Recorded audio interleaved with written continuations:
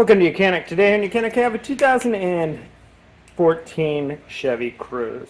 On this Chevy Cruze, I'm going to show you how to replace your side marker light on this vehicle.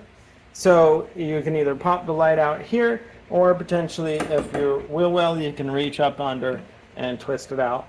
But it is designed that you can pop it this way. So you'll want a good prying tool, a good non-marring tool, works well. And what you need to do is you just press it in here and press. There's a tab in there, and we need to pull it out, and then you'll be able to pop this unit out. And then once you have it out like this, we just need to turn this counterclockwise. We gain access to our light to be able to replace it. Pop the light out just by pulling on it. You have to wiggle it a little bit back and forth and be able to pull that light out.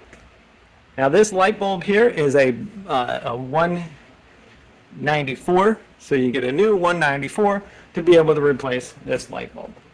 So we take our new 194, just be able to insert it in there, and then be able to line this up. There is only one direction that this will line up.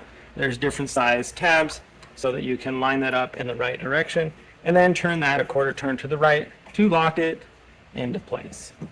Then when it's locked in, we have this corner tab here to press and then be able to snap and lock that into place onto the vehicle.